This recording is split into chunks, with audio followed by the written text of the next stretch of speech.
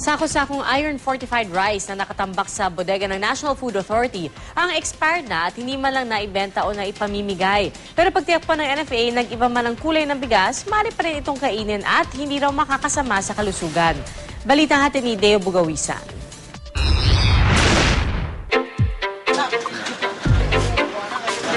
Sa ilang palengke sa Maynila, nagkalat ang mga ganitong klase ng bigas.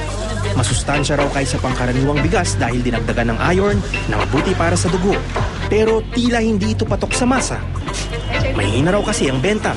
Nung malaman nila, makita nila, matest nila yung iRice na nagkulay gray dahil dun sa iron, yun ang nakakahadlang dun sa ating mga bayan na bumili ng iRice.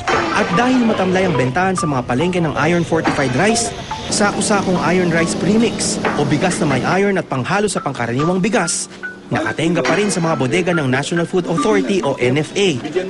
Ang masama, nag-expire na pala ang mga ito nang hindi naibenta o naipapamigay man lang.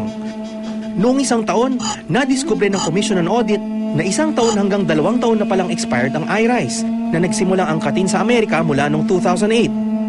Aabot sa halos 50,000 sako ng premix ang lagpas-lagpas sa expiry date nito ayon sa report.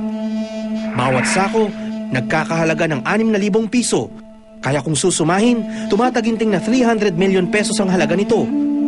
Kaya kahit expired na, pilit inuubos ng NFA ang mga nakatengang iRice sa kanilang mga bodega. Minana mo yung problema, hindi mo naman pwede itapon yung bigas basta.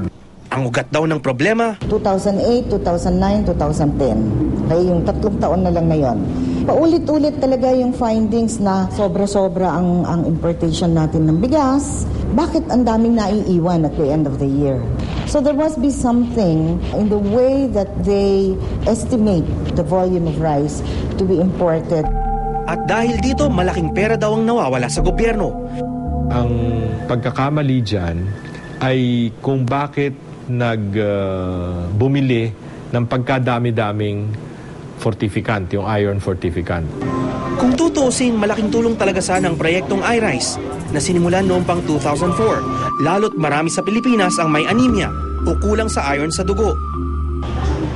Sa buong bansa, 2 sa kada 5 buntis, tulad ni Gladys, may anemia. Yung mga pagkain rich in iron, yung mga fortified na mga pagkain na available sa market.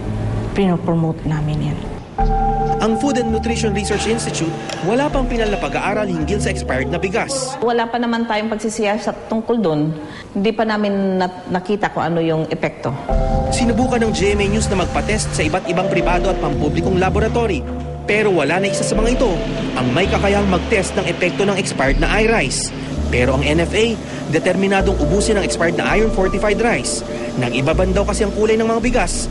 Sinigurong hindi ito makakasama sa kalusugan sang-ayon sa isinagawang pagsusuri ng Food Development Center na isang ahensya sa ilalim ng NFA.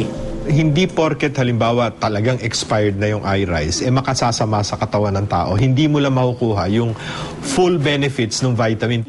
Nagbitiw na si Banayo para bigyang daan ang kanyang pagtakbo sa eleksyon. Ang kasalukuyang spokesperson ng NFA, idiniin na ligtas pa rin kainin ang iron-fortified rice. We assure the public that it's safe. And according to the certification of the Food Development Center, yung ating premix, you still have 5 years. Deo Bugawisan, GMA News.